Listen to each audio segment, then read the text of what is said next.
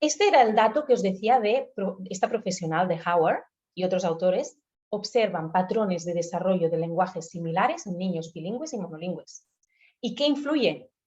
O sea, que tanto que hablen una lengua como dos, pasan todas esas etapas que he dicho muy similares. ¿Qué influye? Que haya esta cantidad de input suficiente y correcta en cada lengua. Esas estrategias de los padres y el entorno comunicativas con el niño, que esto es lo que yo potencio con mi método natural de lenguaje. Y las actitudes lingüísticas son muy importantes. Yo no me meteré en el tema de actitudes lingüísticas, Rebeca habla mucho de ellas, pero básicamente sin ser conscientes, a veces sí, pero muchas veces sin ser conscientes, tenemos una actitud respecto a las lenguas que se hablan. A lo mejor no tenemos la mejor actitud lingüística respecto a la otra lengua que se habla. Y entonces eso, sin querer, lo estamos transmitiendo al niño. Y eso puede tener consecuencias, ¿vale? No hablaré más sobre este tema ahora. Segundo mito, lo del bilingüismo y el retraso. El bilingüismo, multilingüismo, causa retraso de lenguaje. Es decir, que los niños empiezan más tarde. No, ya lo hemos visto que no, ¿eh? El bilingüismo no causa retraso de lenguaje en absoluto, pero, cuidado, hay niños bilingües y multilingües que tienen retraso de lenguaje.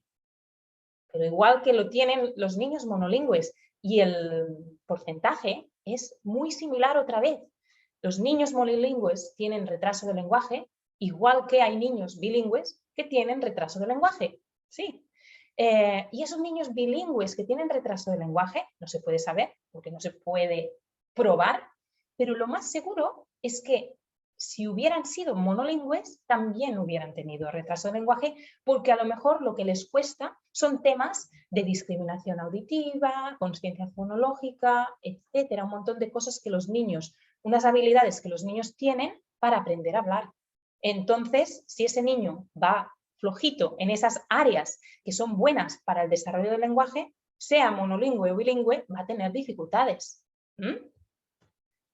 Cuando hay retraso de lenguaje, todas las lenguas se ven afectadas. Eso es lo que estaba diciendo hace un momento.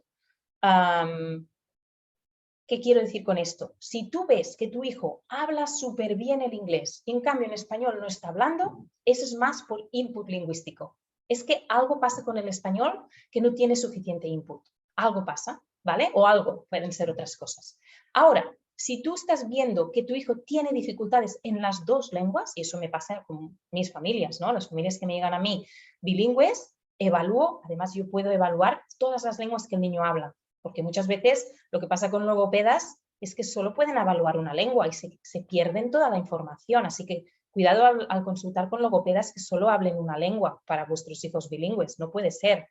Yo puedo evaluar perfectamente español, catalán e inglés, porque son las tres lenguas que yo hablo. Pero es que además yo he evaluado niños que hablan polaco, que hablan francés, que hablan italiano, además de, porque comprendo bastantes lenguas, o sea, además de hablar bien inglés, catalán y español, entiendo el francés bastante, el italiano bastante y el alemán, porque también lo he estudiado, pero es que puedo ver qué hay en esa lengua, aunque no la pueda entender perfectamente, y puedo darles pautas también a los papás.